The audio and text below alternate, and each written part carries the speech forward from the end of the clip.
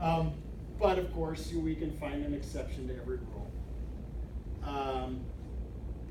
So again, these are strong suggestions. They aren't absolutes. But let's talk about, and I have 5 on each here. So, how about the good? We're doing just the good and the bad. We are skipping the ugly.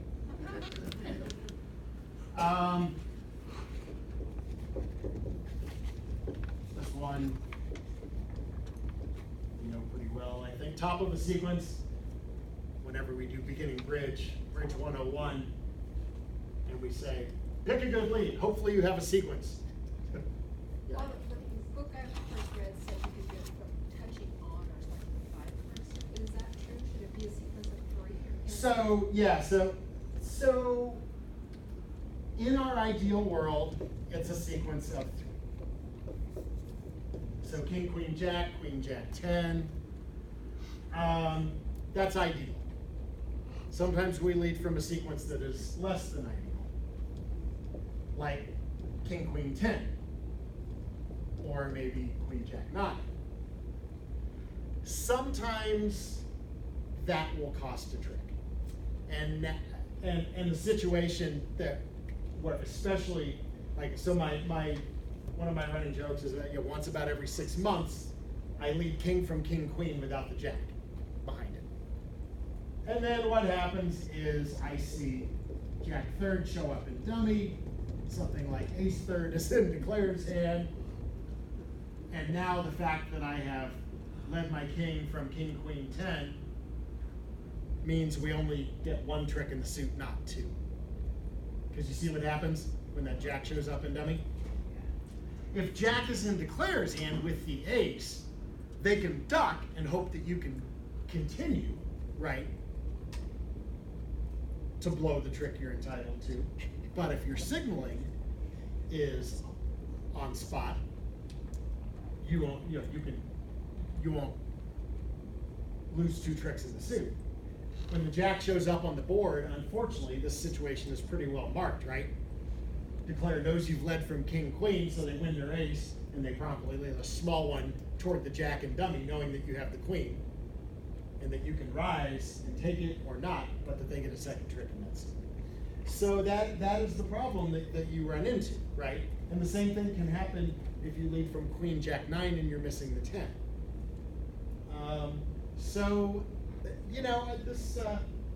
Sometimes, in those situations that call for an aggressive lead, certainly I wouldn't feel too bad, for example, like let's say I'm defending a slam, right?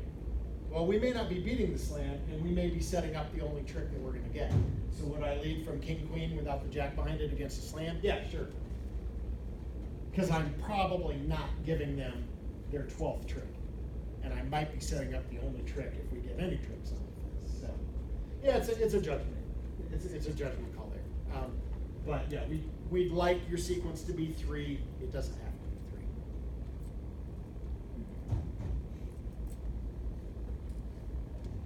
3.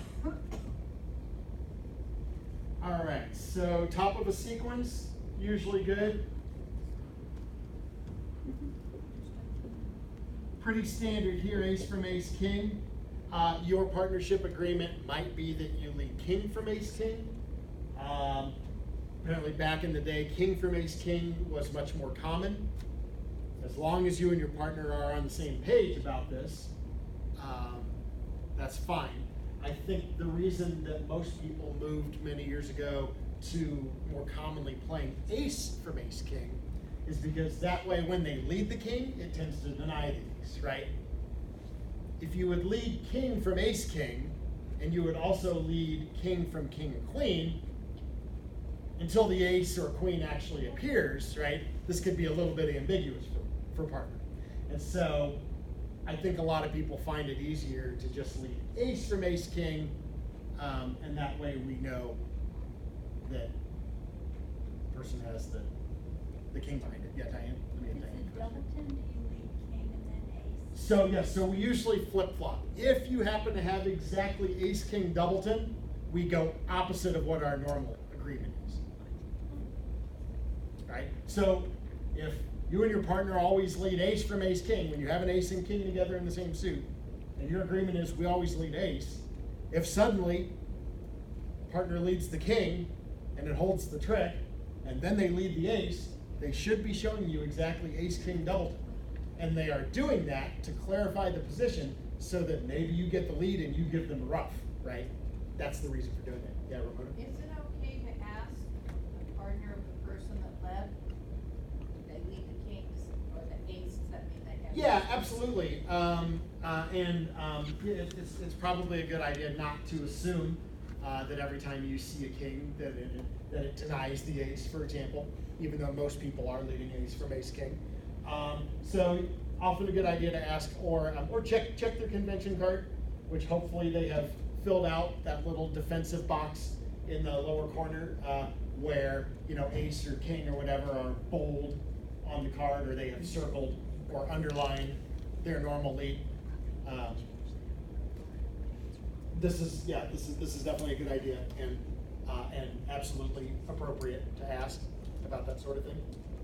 Is that just on the opening lead that you can ask? You may ask whenever it is your turn. Even for. In other words, you may ask about your opponents about their methods anytime during an auction when it is your turn to bid, or when you're playing the hand when it is your turn to play to the trick. That is when you ask. So really all you want to do on that stuff is you want to avoid asking any questions when your partner is on lead, because that could be perhaps not intended, but it could be your question could be leading, right? It could be making a suggestion that your partner do something, and so that's why you're not allowed to ask questions when it's not your turn to act, whether that's bidding. Mr. Stewart in the Denver Post-Bridge column routinely leads king instead of ace. Yeah, Frank Stewart is an interesting character because he's one of the few people left, especially as far as like bridge writers. Everything is very old-fashioned. People ask me about things in his columns all the time. They're like, "Hey, I saw this and I thought it was kind of weird," and I'm like, well, it wasn't weird 40 years ago. It just seems weird now because we're all doing something different. In fact, the Bulletin did a series several years ago.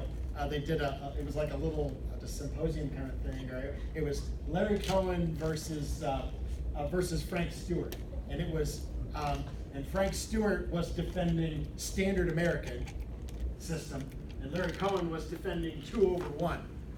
And they were trying to, have a debate that continued through several columns. I'm sure you can find it in the ACBL archives. And Frank Stewart said from the very beginning, his first column, he said, "I'm up against it. I'm pretty sure I'm not going to win this one, but I'm here to defend standard American yellow card." And Larry's going to, as they talked about advantages and disadvantages of those systems. So Frank Stewart is, again, this is not a matter of right or wrong. It's just more a matter of what people did a long time ago in the game and what is not universal now, but there's a very, very strong majority. So I would say what you'll find now is that a very strong majority are leading ace to ace. But ultimately, like I said, it's partnership agreement. You can do whatever you and your partner want to do. So. If we are leading from length, certainly fourth best. Some of this clutter here. We very well might lead from length against suits. If our length lead is fourth best, we might do this against suits, but we usually talk about fourth best as being more common against no trump than against suits. And just very quickly, the idea, and we'll talk more as we go about things that are more specific to defending no trump as we progress through the class. But one of the reasons that we lead fourth best is that a lot of times your best bet to get a suit set up against no trump is if you have a trick to lose in the suit, usually you want to lose it early.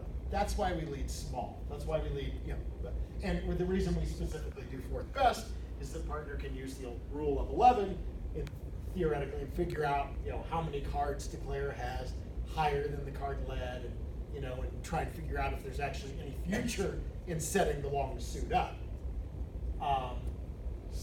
And I'll just kind of leave it at that. We will be getting more into our no trump defense. But usually a good lead, even if your fourth best turns out to not go anywhere, a lot of times there's time to do something different.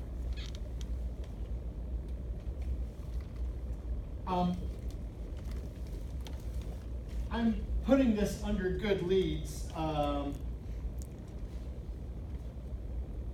It's not always a great idea to lead trump. When you do lead it, you should be leading it not because you are in doubt and don't know what to lead, but because you do it with purpose. Where we really want to see this, if it seems like the opponents are in a misfit, they're playing in a suit contract, but if it seems like they have settled on this suit reluctantly, it seems like they don't really have a great fit, right? Maybe the dummy is going to be pretty weak and it's just taken a preference to one of opener's two suits that they've shown. A lot of times that calls for a trump. Sometimes the auction will be very revealing and we will know that shortness is going to show up in the dummy. We expect there to be a singleton in the dummy. A lot of times it's a good time to be thinking about leading trump to cut down roughing power in the dummy. Sometimes people I've played with always lead trump if they have a singleton trump. That is usually a really bad practice. It did not make my top 5 bad leads, Yeah. but it received a nomination. Oh. What is dangerous, just to keep it quick on this, what can be dangerous about leading a singleton trump? What if the opponents are in a 9-card fit missing the queen? And they are inclined to bang down their ace-king in the 9-card fit, hoping that trumps are 2-2. Well, when they do that, if your partner started with 3 to the queen, they score their queen, right?